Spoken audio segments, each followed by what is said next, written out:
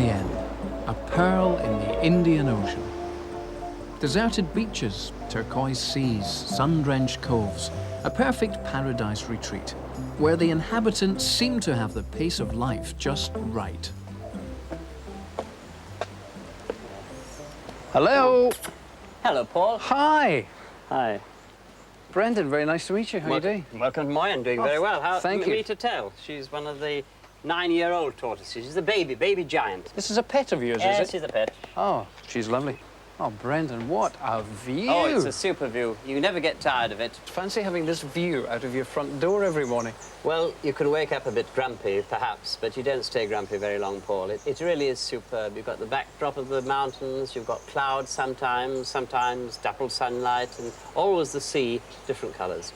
Do you take it for granted now, or do you still find it quite awe-inspiring? No, even going around the island, it has its different moods. I mean, we don't have winter and summer, of course, as you do in UK, but you do have seasons here when some of the trees will lose their leaves, when others will fruit, and so on. The breadfruit will come into season, that sort of thing.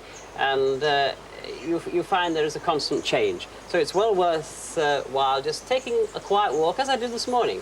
And I found jasmine for the 2nd year running on this island. Obviously, the seeds brought by birds. But what makes a perfectly rational British person want to come away over here, halfway around the world, and cut themselves off from civilization? Well, I wouldn't say I was perfect. I wouldn't say I was rational. But I came here on holiday a long time ago, you know, quite old, in 1962 for a holiday. And it hit me, you know, well, one day you'll have to put down your anchor. Why not in a lovely place like this? And then, whenever you go away, you'll always come back to something that's quite beautiful. It's one thing to fall in love with the area, but to actually buy your own island, I mean, it's a bit of a fantasy, isn't it? Yes. Sometimes people have said to me, Paul, that, you know, you must have been far-sighted. Islands were cheaper in those days. But I'm afraid this is not true. I just followed my inclination. I did what I felt I ought to do. Having decided that I'd like to have a home in the Seychelles, I spent 2 weeks and I found nothing. And I'd actually given up the whole idea of living in Seychelles, and it was the last day of my holiday. It was a Saturday, and I was in an office in town. A telephone rang, and just to be polite, so I didn't appear to be listening to the conversation. I tell kids it's pays to be polite. I went and looked out of the window, and there's a young fellow coming along. He looked up and he shouted, "Hey, you want to buy an island?" People would say that's crazy, but remember, in those days, Seychelles was really not known at all. You had only 30 tourists at a time from the ships. There was no airport. And so he came rushing up the steps. He said, "You know, I know you were looking for a place, and I've heard that Moyenne is for sale." Well, to cut a long story short, we found the man. He said he didn't want to sell. It was a joke. But I invited both him and his wife for dinner, and it turned out to be his wife's birthday. She's an English girl. He's Seychellois. And at 4 minutes to midnight, we shook hands on the last day of my holiday, and the island changed hands. It was done, wasn't going into an estate agent's office or anything like that. It was really rather romantic, if you want to put it that way. Were they actually living on the island at the time? No, the island... Well, the islands are supposed to be 600 million years old. That's what we're standing on at the moment. This island has been lived on, picnic people and 3 owners only, since 1850. So only 130 years man has actually lived on this island, and of the 9 owners, only 3 have actually lived on it, including myself. And you bought it when? I bought it in '62, about 23.5 years ago. Is it imprudent of me to ask you how much it cost then? Something between £8,000 and £10,000 by the time I'd finished all the bits and pieces. And if you were going to ask me what's it worth today, I don't know. I really don't know. I've never asked. So if the 2 owners weren't living on the island at the time, presumably it wasn't the beautiful setup that you have at the moment. Well, no. When I arrived, I didn't come straight away in '62. I had to earn some money to build dams and reservoirs, retaining walls, you know, all the sort of things that you have to have. I mean, a generator for electricity. And it really was, for the first couple of years anyway, very Robinson Crusoe. Breaking rocks, firing them with coconut husks, breaking them with a 14-pound hammer. Things which, if I'd been told, you know, you'll be doing this in a year's time, sitting behind a desk in an office, I'd have said, "Oh, you're joking." But a bit romantic at night, sleeping under the stars and things. Yes.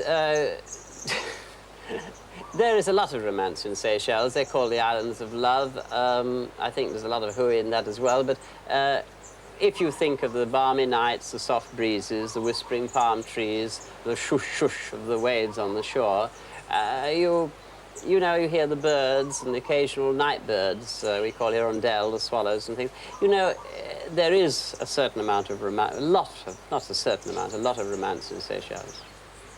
Brendon's piece of paradise is well cared for. Each tree has its own nameplate, and as the proud owner, he's always pleased to show people round. Yes, so that's Takamaka tree. It's a lovely, lovely tree there. It's a good timber tree.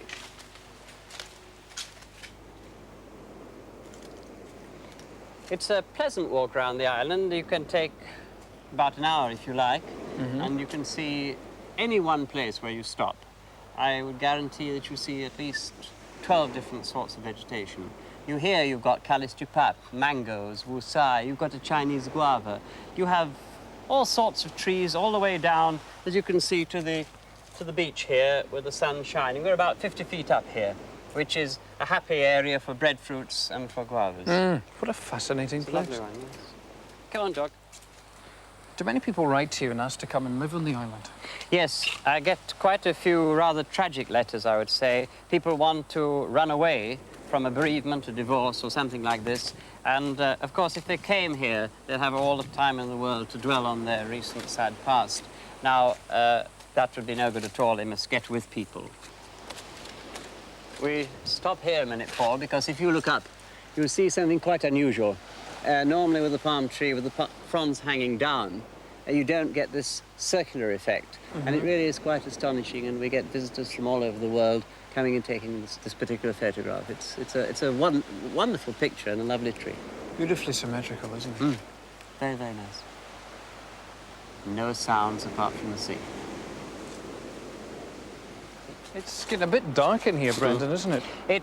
This is the dark side of the island in more ways than one, where the sun sets, of course, in the west, which is on the other side of the island. Here, we're coming to the small graveyard where 2 pirates are said to be buried. Oh, you're kidding. No, pirates? No, pirates, yes. In fact, the islands abound with stories of piracy and buried treasure.